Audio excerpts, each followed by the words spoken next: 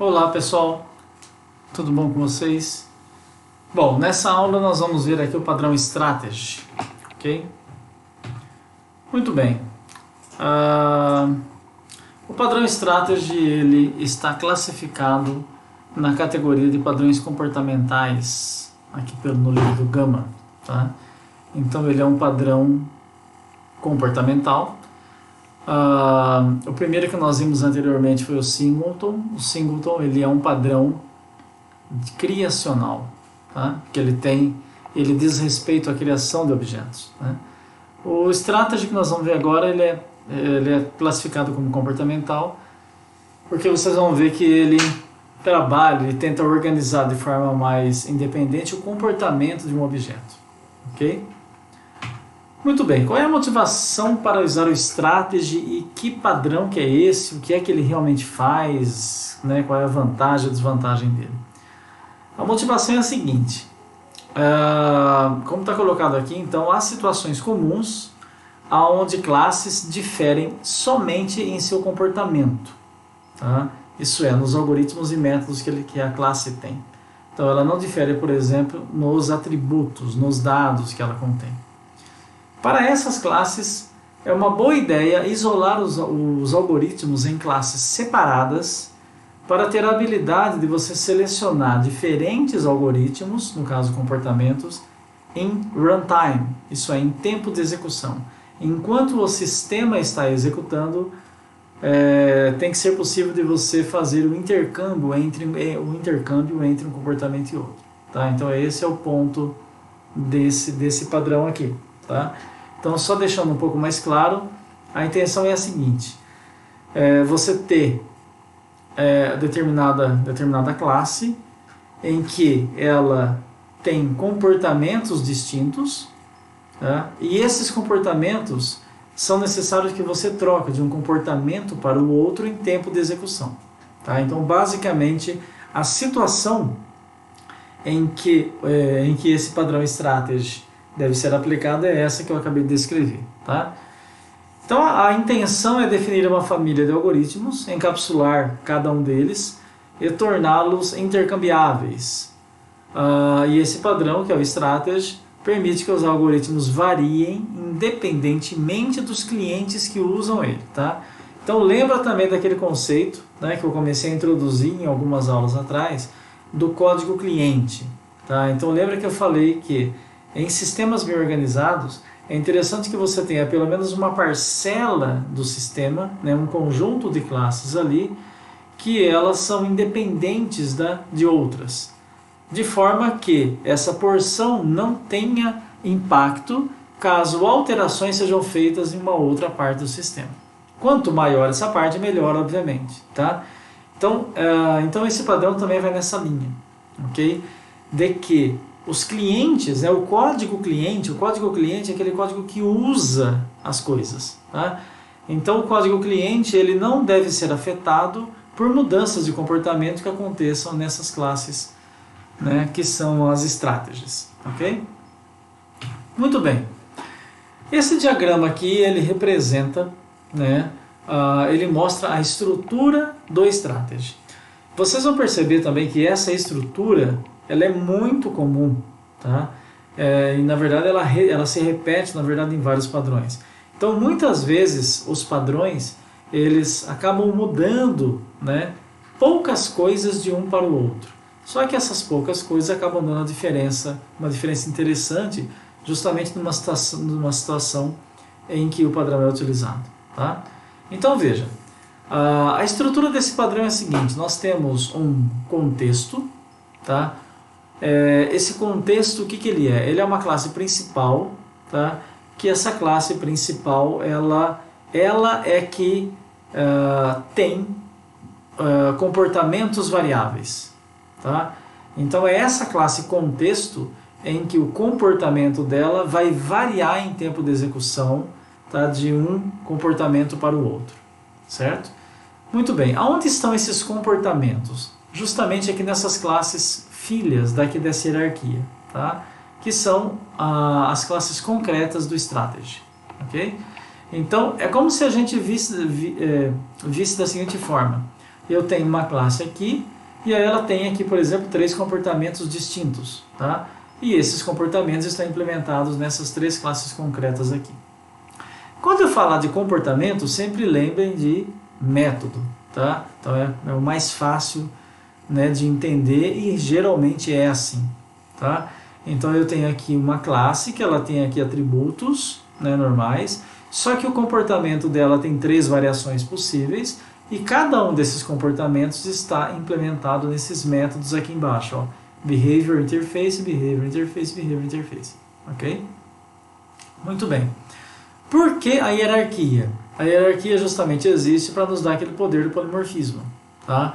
Então, a minha classe contexto aqui, veja que ela tem apenas, né, uma referência, apenas aqui uma agregação, tá, para a classe eStrategy, que ela representa o quê? Uma abstração, uma interface, né? A generalização dessas 3 aqui de baixo em uma só, né, criando aqui um supertipo, entendeu, para essas 3 classes concretas aqui de baixo.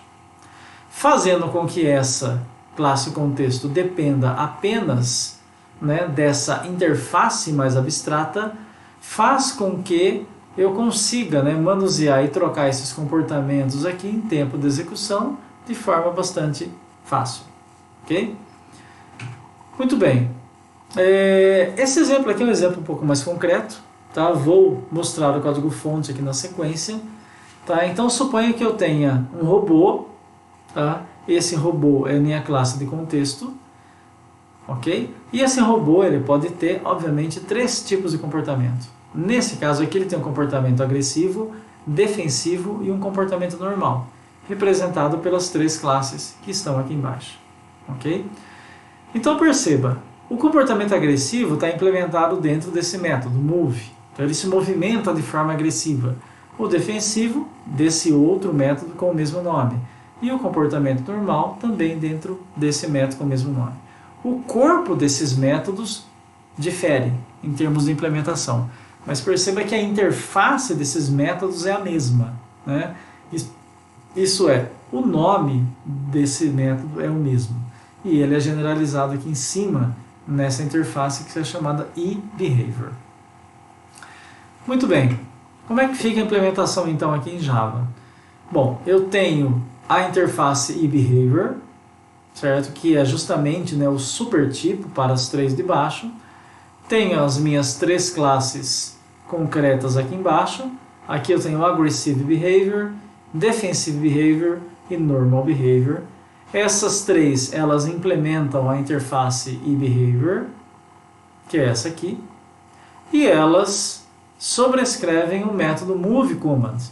Então, no caso aqui do Aggressive Behavior, aqui dentro, suponha que exista uma implementação de movimentação do robô, movimentação agressiva dele. Dentro aqui desse move, vai ter uma implementação onde ele se movimenta de forma defensiva. E dentro desse move aqui, vai ter uma implementação que ele se movimenta de forma normal, né? Então perceba que essas 3 classes são subtipos de eBehavior, ok? Muito bem. Como é que fica o código do robô? Tá? O código do robô, que é a classe contexto, tá? A classe contexto, o que ela tem? Ela tem que ter uma associação, tá? Está representada lá como uma agregação, mas isso não tem muita diferença em termos de implementação. Então ela tem uma associação com esse conjunto de classes que representa o comportamento dela. Tá? É como se você tivesse tirado o comportamento da classe, tirado os métodos dela e colocado em um conjunto separado. Tá? É basicamente isso. Então assim, aqui na classe robô, eu tenho que ter uma associação para a classe que representa o comportamento desse robô, ou os comportamentos. E isso é representado por esse atributo behavior. Aí eu poderia ter outros atributos do robô, obviamente, coloquei aqui apenas name, tá? Tenho aqui o construtor do robô e tenho aqui um método também, que é o método move. Esse método move, a única coisa que ele faz é o seguinte, ele delega essa movimentação para o moveCommand do conjunto de classes de comportamento, né? Especificamente, ele chama o move command da interface behavior, né? Então observe que esse atributo behavior é esse aqui, ele é do tipo da classe behavior. Então, na hora que eu chamo aqui o move command, aqui acontece também aquele dynamic binding, né? Porque em tempo de compilação eu ainda não sei quem é esse behavior. Eu não sei se esse objeto é do tipo defensivo, normal ou agressivo. Tá? Então aqui eu estou também me utilizando de polimorfismo, porque em tempo de execução é que o objeto aqui é que vai ser determinado. Muito bem. Aqui também estou utilizando uma estratégia de implementação que se chama delegação. Tá? O que é delegação? Quando dentro de um método, tá, ele não faz praticamente mais nada. Ele simplesmente chama um outro método, ele repassa, né, a chamada. Então aqui, por exemplo, a hora que eu chamo o método move para o robô, a única coisa que ele faz é ele chamar o move command do comportamento dele. Tá? Então isso eu estou delegando, né? Quer dizer, o método move, ao invés de ele fazer, ele delega essa responsabilidade de movimentação para o método move command, que está implementado na hierarquia ali do behavior. Ok? Muito bem.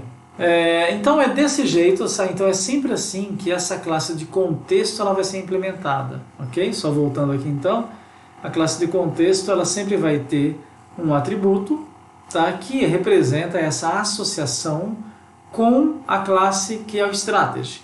Tá? E lá no strategy eu tenho geralmente aqui o que? Dois ou mais algoritmos que representam comportamentos distintos, né, para o contexto. Okay? Um outro exemplo bastante comum e fácil também de vocês entenderem, né, em situação onde se aplica, né, o strategy, é, por exemplo, em algoritmos de ordenação. Tá? Então imagine, por exemplo, que você tem um determinado contexto, uma classe contexto, e ela precisa ser ordenada, né? Ela tem lá uma lista de objetos e aí ela precisa ser ordenada. Então vocês sabem que existem vários algoritmos de ordenação e cada um deles tem vantagens e desvantagens. E tem também, né, os mais rápidos, os mais lentos, uns que usam mais memória física e outros não. Tá? Então eu poderia, por exemplo, ter uma classe de contexto que ela contém os elementos a serem ordenados, tá? E eu posso ter, por exemplo, uma referência para uma strategy e embaixo desse strategy, nessa hierarquia, os vários algoritmos, por exemplo, de ordenação. Tá? Merge, quick, né, e assim por diante. E aí, qual é a coisa interessante? Em tempo de execução, eu posso decidir que em determinado momento eu poderia, por exemplo, utilizar o merge sort para fazer ordenação. Em outro momento, onde eu tenho mais espaço e onde o desempenho precisa ser melhor, eu usaria, por exemplo, quick sort. Então eu posso trocar esses comportamentos em tempo de execução. Aqui só complementando, tá? Então observando aqui a classe main, né, do sistema aqui de robô, tá? Aqui só para a gente simular, eu poderia ter, por exemplo, aqui 3 robôs, né? Estou instanciando aqui 3 robôs. Estou inicializando esses 3 robôs com determinados comportamentos. Então estou inicializando o robô 1 com comportamento agressivo, o robô 2 com defensivo e o robô 3 com comportamento normal. E veja, aqui eu estou executando e chamando, mandando eles se movimentarem. Tá? Então estou chamando o método move para R1, R2 e R3. Perceba que em tempo de execução, isso aqui é um exemplo muito simples, mas o que interessa é que é possível visualizar que em tempo de execução eu posso ter alguma condição aonde eu quero alterar o comportamento desses robôs. Então, por exemplo, no caso do R1, tá, eu posso, em determinado momento, setar o comportamento dele para o defensivo. Então, estou mudando o comportamento dele em tempo de execução. O robô está andando, ele estava se comportando até agora de forma agressiva, né, que é o R1, e por alguma condição, algum motivo, ele deve mudar o comportamento dele agora para defensivo. Então, em tempo de execução é possível fazer isso. Tá? Mesma coisa que para o R2. Tá? E aí chamo novamente, né, o método move para que ele comece a se movimentar com essa nova configuração. Ok? Bom, esse é o padrão Strategy. Tá? É um padrão que eu considero ele bastante interessante, poderoso, né? Usa polimorfismo. Tá? É só ficar de olho realmente em situações onde ele deve ser aplicado. Tá? E são bastante comuns as situações, porque é muito normal em tempo de execução você querer, por exemplo, fazer com que determinado contexto ele faça muitas vezes a mesma coisa, só que ou com desempenho melhor, né, ou levando em consideração alguma outra política que melhore algum atributo de qualidade.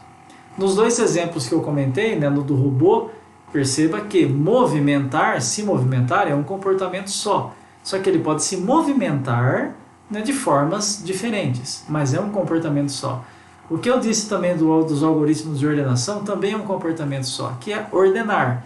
Só que eu posso fazer a ordenação, né, de formas distintas, entendeu? Considerando atributos de qualidade distintos, né? Sendo mais rápido, mais lento, utilizando menos memória ou mais memória. Okay? Então, quando você tiver situações parecidas com isso, tá? Utilizem o padrão Strategy. Ok?